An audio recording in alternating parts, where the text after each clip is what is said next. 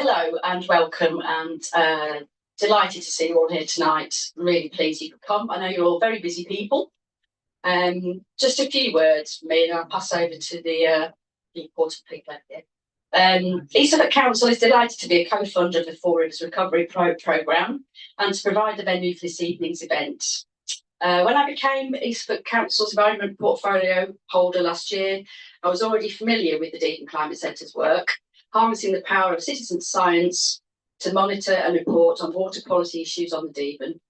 When the centre approached us to discuss their plans for expanding the programme, I was really inspired by their proposals and keen to find a way to provide some co-funding to enable them to move forward.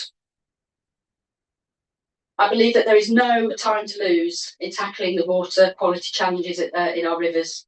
This is why we have committed to supporting the centre's work to help restore and protect our unique river catchment areas of the Devon, and for them to support other groups working to the same on our rivers across the district. As a council, we want to do all we can to improve water quality and biodiversity across our district. I am really pleased to be providing some support for this vital project. We hope this can become a learning landscape for a new relationship between people and nature, helping groups across our district work together to restore our rivers, leaving a lasting legacy. And of course, we cannot forget Storm Babette and the other extreme weather that we've had and the absolute devastation that caused and could well cause again. So we know that flooding is a major issue across our district as well. So without further ado, I'll pass on to Eamon O'Nolan and Professor Peter Hobson. Thanks, Simon. Good evening, everybody. If I haven't met you already, my name's Eamon O'Nolan, and Peter and I and Pam, who's here, and Jane were the four founding directors of the Devon Climate Centre about almost 3 years ago. We basically put this together born out of a bit of frustration, I'll be very honest, and we wanted to build an interesting company which would tackle some of these problems in a slightly different way from historically. So this is very much a grassroots, bottom-up approach. We are a community-owned organisation and we raise our money as a community organisation. We also have the ability to issue shares for projects, which is really interesting, selling shares to a community to fix their community. We haven't done that yet, but it's there if we want to. We will have charitable status in about 2 or 3 weeks' time as well, and that opens up different lines of funding as well. So that's effectively what we're doing. We started our first operation was really based around water testing. We started off about 3.5 years ago. In fact, it was November, December 21, I think. And we started testing water on the Devon. It was very kludgy, very simple at that stage because I was running it. And then about a couple of years ago, David Findlay, who's with us here, and Bill Brammer joined the operation. And these are two retired guys with PhDs, and they took it on to the next level. So now we have 50 or 55 people testing water on the River Devon. And part of the project, I'm not going to steal any of Peter's thunder, but part of the project is an expansion of that water testing and water environment monitoring throughout all of the rivers in East Suffolk district. So that's where we are. I'm going to pass over to Peter Hobson. Peter was right in the beginning, and he's going to take you through the project. And then we'll have a Q&A session after this. This will take about 40 minutes, and then we'll go into Q&A.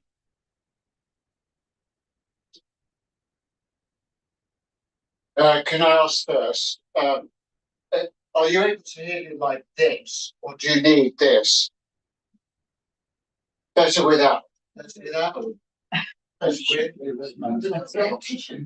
only because I'm not keen. Okay, I'll go with this. Right. Yes. Eamon and I had a brief discussion earlier this morning before this session because I'd initially put her here lecture, at which point he said, look, is this a presentation or a lecture? And so if I start to slip into lecture mode, then at least 2 folk in here in this audience will recognise my style because they're ex-students of mine. And I'll discover, of course, both with the Environment Agency. And the rest of you will just have to suffer the consequences of the change in delivery style. Anyway, so yes, I'm going to break this down into basically 3 parts. The first part really is always setting the context. There's no point writing a proposal or a project of any form or shape unless you identify a problem. I mean, ideally, we shouldn't really have to have so many NGOs that are working towards environmental issues, because as a species, we should have learned by now how to manage sustainably.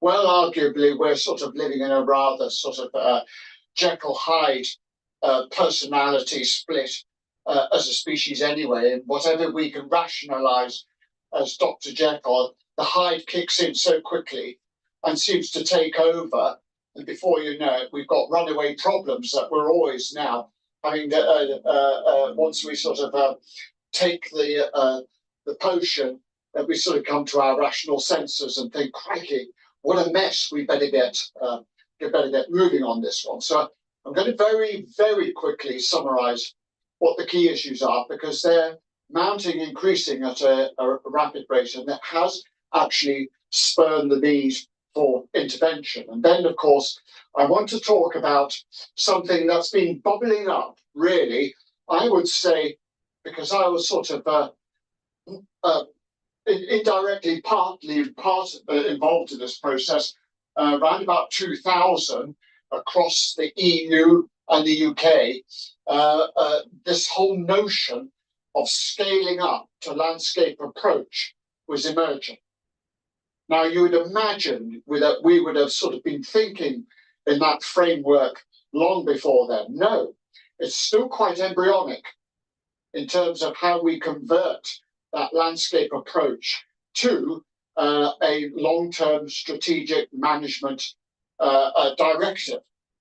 And so we are still in early stages of actually how that then unfolds in the field. So you have got to expect quite a lot of different views on what a landscape approach is and what that really means, whether you want to call it a catchment-based approach or whether you want to call it a landscape scale approach, and what it means to different people, and how in many ways it can get hijacked. So I'm just going to set out some core principles that we're going to align ourselves to within this project. Partly, not entirely for this reason, partly because I wrote those principles back in 2010 for the CBD UN COP10 Congress in Nagoya. They asked us to do this. So we set out those principles, and those are the ones we're going to be using, I hope, and adhering to with this project. So, come on, do your job. So, the first context is this. We're talking about river ecosystems, and I thought it's actually worthwhile just to sort of, do you know what? Look, it works on there. Yes, it doesn't. Smart screen. Yeah. Okay. So I thought it was worth just understanding really just how expansive or expensive river systems are in terms of ecosystems and land cover. That's it. That's the entire land cover of rivers across England. Nothing more.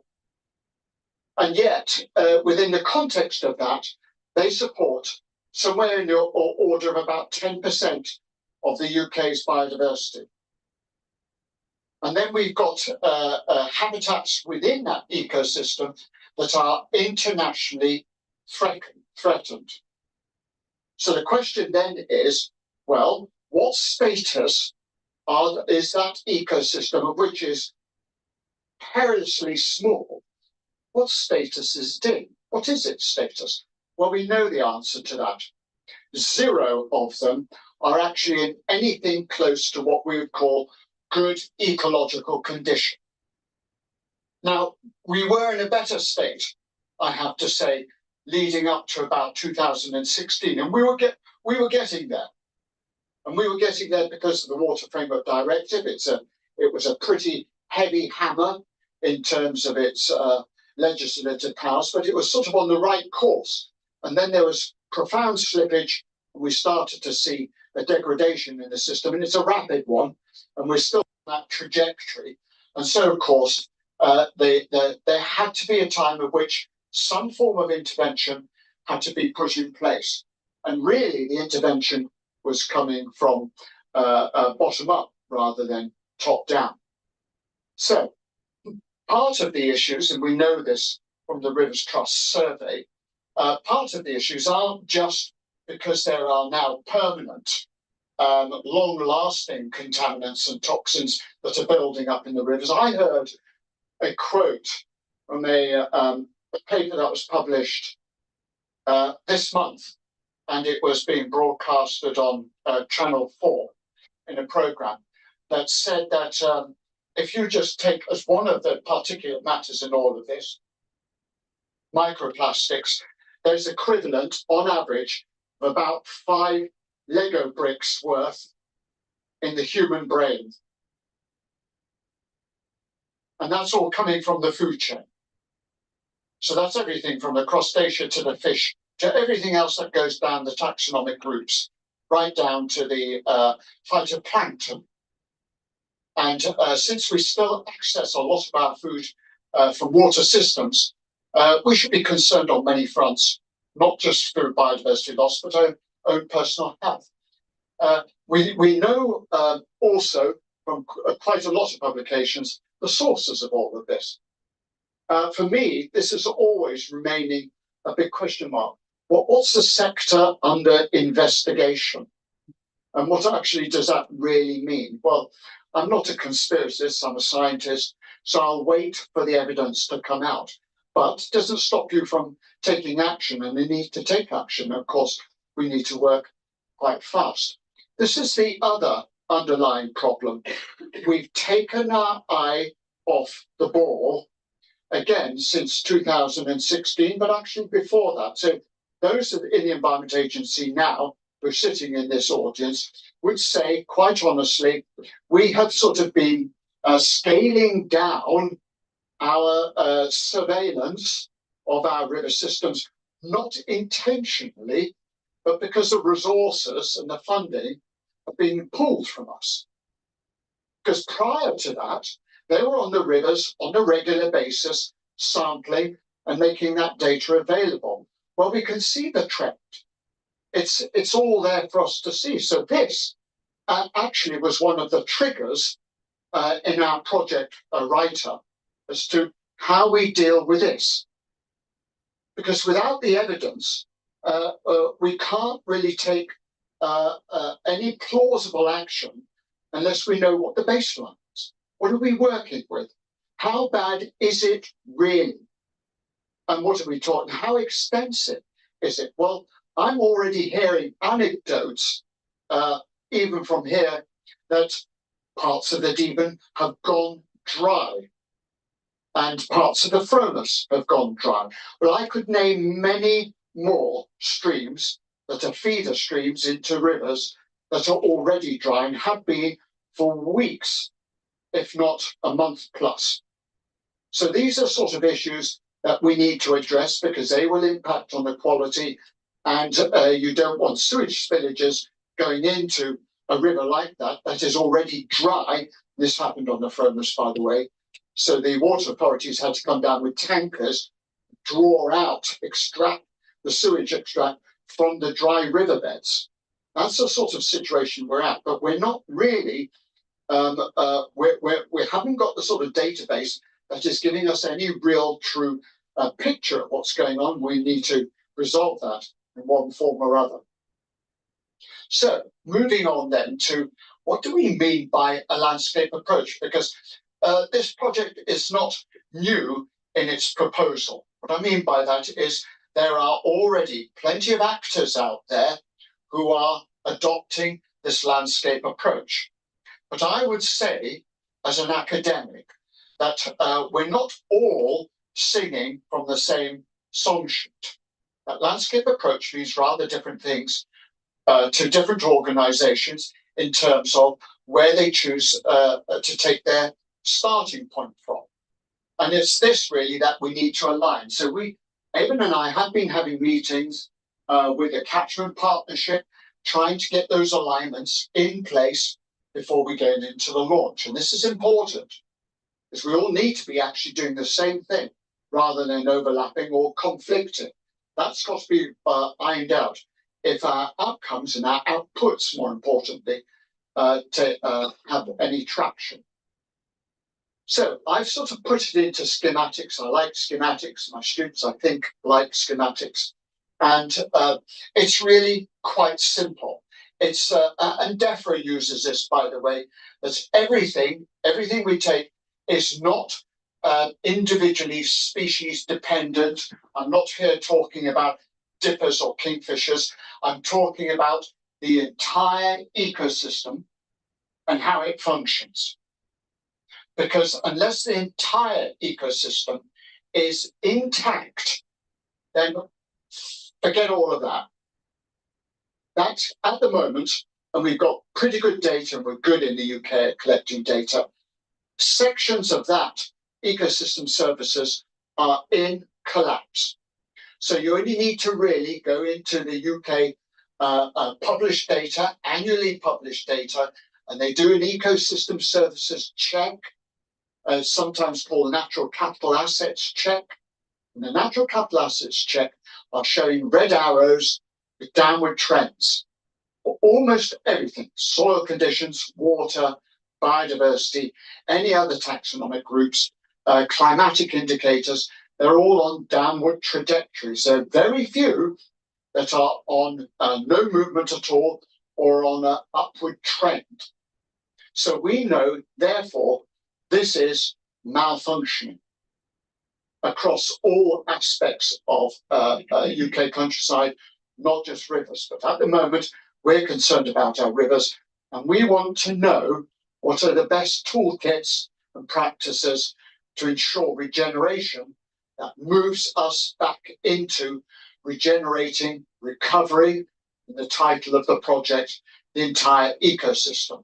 So that's where we need to move. The problem is, of course, we need to do this really fast. I mean, really fast. So when the government put out there, you may say, oh, it was unrealistic, 2030 targets. I'm afraid, unusually, I am with the politicians on this one. We have got no time left for procrastination. We have got to move now. We should have been moving decades ago.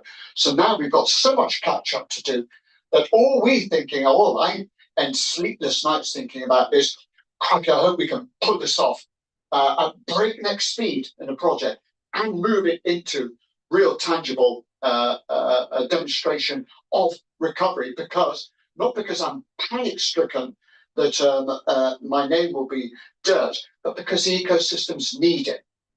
They need that, and we need it ultimately.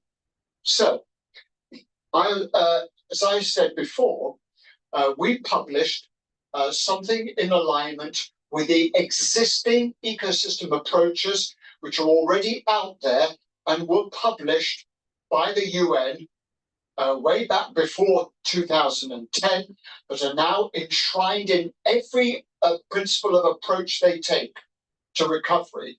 We've actually prefixed ecosystem approach with radical ecosystem approach, meaning that we need something much more gritty and something much more ambitious in order to play catch up. So we rewrote our principles. All of that, by the way, is downloadable. You can go onto their technical series. Ours, I still understand, since 2010, is still the largest report that was put out by the CBD, simply because we felt we had a lot to say, and it was important stuff. It was felt. So the other major principle is this: I'm afraid we cannot wait for scientists to actually spend another 3-4 years producing what they see as good, sound models that provide the answer, because by that time, ecosystems have changed yet again, or they've degraded. So it's called Poppett's trischema, which means you can be chasing all the time new problems that are emergent and never getting to a point of stop, enough. We have to take action now with what limited information we've got. And so there is no such thing as predicting. I mean, we still hold to this principle that possibly if you assemble an ecosystem with all of its components, it will work. Said who? Because they tried that endlessly, and more recently with cells. And for some reason, the scientists are hanging over this petri dish saying, move. We put all the components in, mitochondria, move, and nothing's happening. So ecosystems are much more complex than we know. So maybe we need to be going back to nature and say, well, if it can do this, let's work with nature and use it as part of our toolkit in order to make that recovery. So it is, we wrote again about it in the series, it's called the black box principle. The one thing we can do at our level, and here quickly, is we can identify the threats and risks. This is done very quickly and easily. We're good at risk assessment and evaluation. We don't need to procrastinate endlessly and for years about, yes, but what's in the system? How does it work? How does it all hold together? You will never, ever, by the time the planet has finished existing, ever got to what actually or how biodiversity works. We only have 1.8 million species on record for the globe. But we know there's about 30 million species on planet Earth. But we have no idea how they hold together, how they function, what their purpose is, and yet we're losing them at 200% faster than the last extinction. That's what I mean by the environment overtaking the ability of science to get to a point of understanding and knowledge. So don't try and waste all the money and effort in trying to find out the big question. Understand this, then assess those impacts, and then propose some radical strategy recommendations in order to reduce those impacts. And then all you need to do is monitor recoveries using some simple indicators. That's what we're planning to do. So that will then move us into a much faster, therefore more radical approach to resolving some of the problems. So yes, we're going to embrace all of those concepts and the principles. We're very wedded to this idea, so we're not on a parallel track. We're with these guys and anybody else who's in the catchment partnership. So we've already started long before there was any promise of money coming our way. Eamon and I got out there. We've been having meetings with various organizations and individuals, including farm clusters and including Environment Agency staff. We were down in Tansy's head office somewhere in Ipswich talking to their new landscape recovery boss, another ex-student, by the way, and which is useful. And we were sort of trying to set out the roadmap in terms of how could the Environment Agency be working with us and alongside with us. They're very open to this, as are the farm clusters. So we think, right, this is good. So why? Because there's a common language that's beginning to emerge out of all of this. It's going to, as always, and I was just talking to Billy just a moment ago, our mandate really is to try and start a groundswell of community participation. Get everybody on board in a community. You won't get anywhere if you just come in with a big top-down hammer and say, you will be tasked with doing this, and this is how it's going to be. William the Conqueror failed on that one. That's why we have the common rights of law, because there was a belligerent commoner who said, "Oh no, I'm not doing that. No, no, no, no, you won't get me." And they're all sort of walking out the door. So we need to pull in all of the stakeholders, all of the people who are living in this landscape, both living through the problems, the issues, and are both, in some cases, the causes of the problems and will be the solutions. And we need to sort of get to that level of understanding before we have any hope for change. What method are we using? This is a well-tested and tried method. It's called Morisco. It is now international. I was co-author to it in 2014, but we've been using it right back in 2010. It's in 4 major international languages. It's being used everywhere, from Guatemala all the way over to North Korea. I know because I was there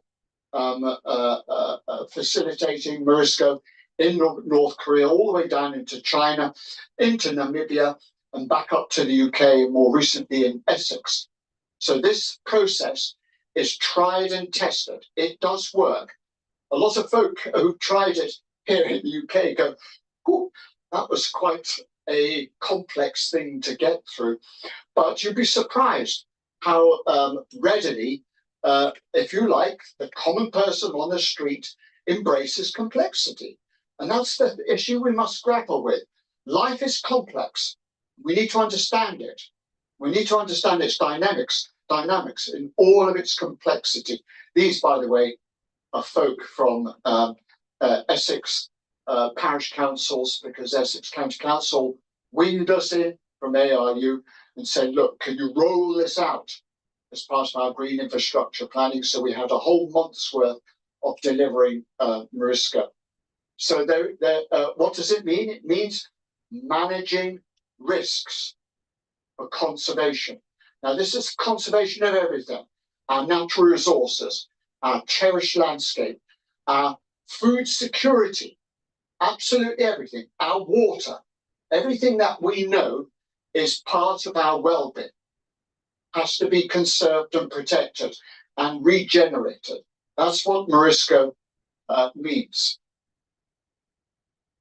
There is, and there will be, made available, because it's all there on open access, plenty of material that the work groups that we're going to be generating can dip into at any time. There are 2 videos that make it easy to understand how the process works. But we're going to be crunching this into really rapid assessment processes that run over about 2 days or so. Who are our stakeholders? We're going to be using the IUCN matrix, which is basically those who are most important, those who are most influential. Now, when I use this word important, I don't mean the king or queen. I mean those who actually live and work in the landscape. This belongs to them. They, for many generations, have families in there, and they don't want to find that they're part of the migration out of a risk zone. They want to be in that system, knowing that their community is resilient to change, and that they are adaptable to change, and that they are the solution to the changes that are going to be needed, the solutions. So, and who are the influencers? Well, it's like many of you who are in your seats now. It is our agencies, it is our local government, it is our NGOs, it is all of those who we believe should be able to bridge that gap that has always been a gap between top-down policies and funders and the local communities who desperately need this, and have been reaching out, and we need to sort of bridge that effectively. So they need to be in the same, if you like, room as all of the important folk who are living and making a living in the landscape. So the project, it's going to run for 3 years. We've sort of distilled, not necessarily concreted, the vision statement. It has three major pillars if you read into it, and that is that we have to recover the biodiversity. It's an apex goal and target of the governments, but it's an apex target and goal of the planet. I'm going to put it in a much simpler term. No biodiversity, no human species. It's as simple as that. Trying to pretend that somehow or other we're demigods that live outside the main frame of the global ecosystem is the wrong stance. So we have to recover that nature. At the same time, we have got to grapple the issues and problems of climate change that are coming our way. I've heard Sally talk about the threats of flooding. I'm going to put it this way, Rand. There are bigger threats of drought and all of the problems that's bringing down the road than the occasional flood that we get. Not diminishing the problems of flood, but at the moment, if you can count it better than me, we're approximating to almost 2 months' worth of no rain. Now, this is drastic for an oceanic island where the Europeans, when I go to Congress meetings and I'm on commissions out there in the EU, they go, ha, here he comes, man from the Misty Islands. No more. Misty, no more. We are now an island that experiences the droughts and the problems and the issues of unpredictability as anywhere else in Germany, Spain, Portugal. We need to wake up to this. And then the final pillar is community resilience. Now, don't take my word for it. Go to the latest Commission for Climate Change publication, and they say we're approximately 10 years behind in our planning for adaptive management. 10 years? What in God's name have we been doing? I mean, what are we waiting for? It's a bit of a sort of mañana, yeah, it won't happen to us. And then when it does catch up, we go, what do we do that sort of turkey thing? What are we going to do? What are we going to do? You know, and you think, well, we should have been putting in these adaptive strategies a long time ago. That's where we need to catch up. And we need to be thinking about the people who want to stay in the landscape. So, quite simply, 3 work packages. First one, community participation planning. Second one is how do we monitor and evaluate and assess not just our performances, but the sort of indicators that are going to tell us that whatever strategies the Group 1 folk put in place, this is not me, by the way, or any of the agencies or the influencers, this is the local communities writing these strategies and proposals. And then we need to say, how are we going to monitor their performance? And if we buy, meaning the community buy in to the strategies and they want to see them happen, then we have some seed funding to make it happen. And so we start to put in those interventions, whatever form they take, but we need to be sure that they're actually working in one way or other. Because if they're not, we need to know that data quickly so we can make our adaptations and tweaks to ensure that they do start to work. So looking at just package 1, the way we're going to do this is we're going to start off with a stakeholders workshop.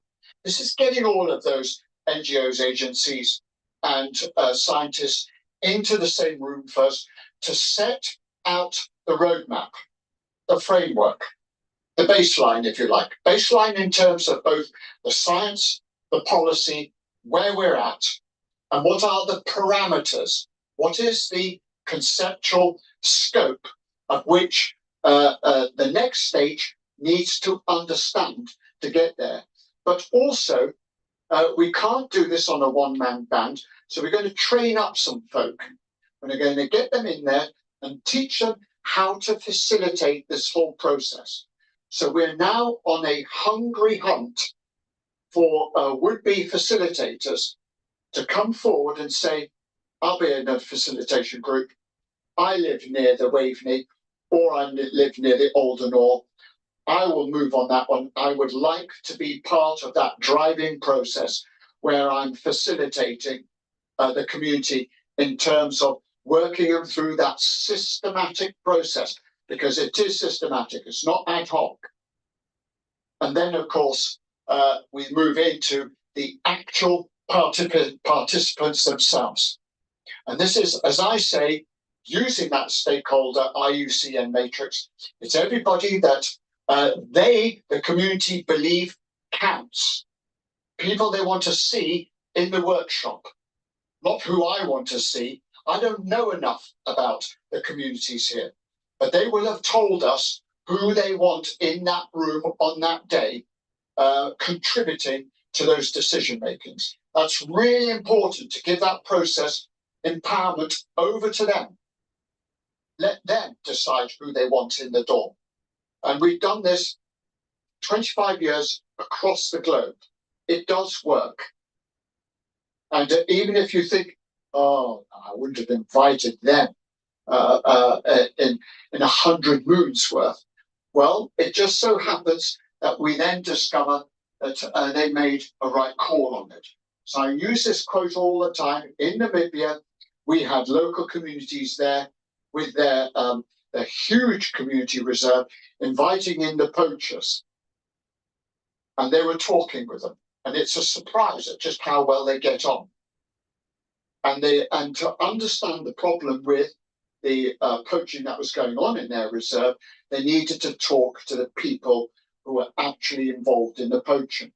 So it's that way of thinking. So there's going to be no finger pointing or exclusion on the likes of, say, the water authorities, because they're thinking they're talking about us. That's not going to happen. We need them in. We need them to be part of the solution. It's paramount. So I just thought I'd give you an idea that in 2023, we ran this, as I was saying, Essex. Yes, we were using a catchment to climate focus area. It's about 30% of Essex. It's the Colne and Blackwater. And it only ran for 2 days, just as we're proposing now. And we sort of went at breakneck speed through the whole process. And as I say, you'll be surprised at how quickly the local folk can produce anything quite as complex as a situation map of the problems, the issues, the contributing factors, and eventually the solutions. I mean, they didn't need hand-holding through this process. If anything, I was a bit bothersome and they'd rather me be out the room so that they could just crack on with it. And that to me was a good sign. And they were generating a really spectacular situation map that they could then just walk away with and say, right, we own this now. And then after that, the process was, okay, produce your objectives then. Let's hear them. And then let's see them and show us how they translate into work packages. And let's see those and tell us who's going to lead on them. And they're all deciding this themselves, not me. And eventually they're even putting time-bounded operational objectives around these. They were writing all of those out. And I can tell you now, 2024, they actually started enacting these in many parishes in Essex, right through from small interventions, which was no mowing road verges other than twice a year in their own parishes. And there were guardians there making damn sure there were no tractors with hydro mowers on them. Otherwise, it would be mince. And I could see this actually happening on the ground. And they were really enjoying that new sense of ownership of some of the issues that they had to deal with and problems they'd been worrying about for so long that somehow just weren't materializing into anything tangible. Package 2, citizen scientists. We're scaling up. But I have to say, between Eamon and David, they have moved the Devon monitoring group up to an incredible not incredible, both credible and credible, force. This is where the data that they're generating is being taken seriously. Seriously by the likes of Environment Agency, seriously by the likes of Suffolk University. In other words, this is the common person on the ground collecting data that is really meaningful and can be used purposefully to inform a process like management, recovery, and all those other aspects. This is a colossal move in terms of where we're going. We are proposing to scale this up. We need 4 rivers covered. We need it done really thoroughly, and we need it standardized. Because if we're going to be taken as a credible force within the project, we need to know that anybody on the Waveney and anybody else on the Ore or the Frobus are actually working the same process, analyzing it the same way, and that the data is recognizable, not just by us, but by scientific groups, by water authorities, by environment agencies, and they can say, yes, this is credible. There are many backstops that we're putting in place to ensure that is the case. So Suffolk University nudged in our direction a piece of kit that looks a little robotic, because it is. And yes, it floats out and it can monitor a certain limited, but a certain number of attributes, but extremely accurately. We can use this as a validator, as a checker. But that's on top of all the other checks, because we also have PhD students starting under this project, starting with Suffolk University, who will also be our quality check. So this is where citizen science starts to move into mainstream. And we need to take this seriously, because they're going to be our monitors, our assessors of everything else and anything else that the community participation planners actually put in place. So that brings me on to the final part, work package 3. This is where we're looking at seed funding interventions, where in the first community participatory workshops, they have identified some strategic recommendations. Now, I am making an important point here. We're not talking only about huge one-off, big, ambitious programs that are tens of, if not hundreds of thousands of pounds investment into single catchment ponds. I want to appeal to farmers where we can say, what about your field ditches? Can we not rough them up a bit? Meaning allow them to vegetate a bit. Can we stop screefing them annually? Could we even possibly put in a leaky dam that might just in stages hold back some of that water long enough for it to dissipate into the landscape, so that when it actually gets into the valley floor, it doesn't hit it like a tsunami?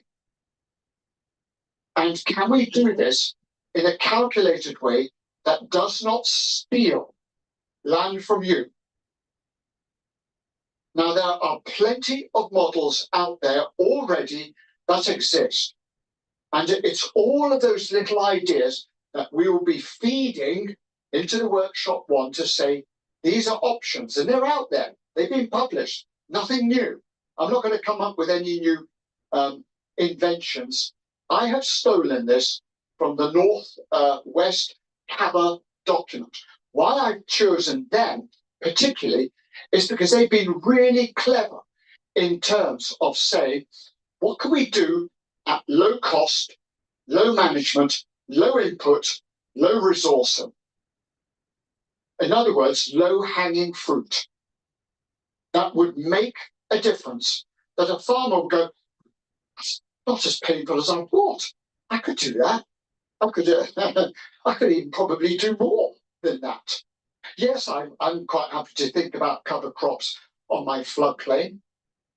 It's things like that. Those recommendations are already here. But if they would just want that, just that ever so slight incentive to make a start, that's where the funding kicks in. It says, okay, yeah, you're going to step out of line in the right direction. We're with you on this one. We'll back you.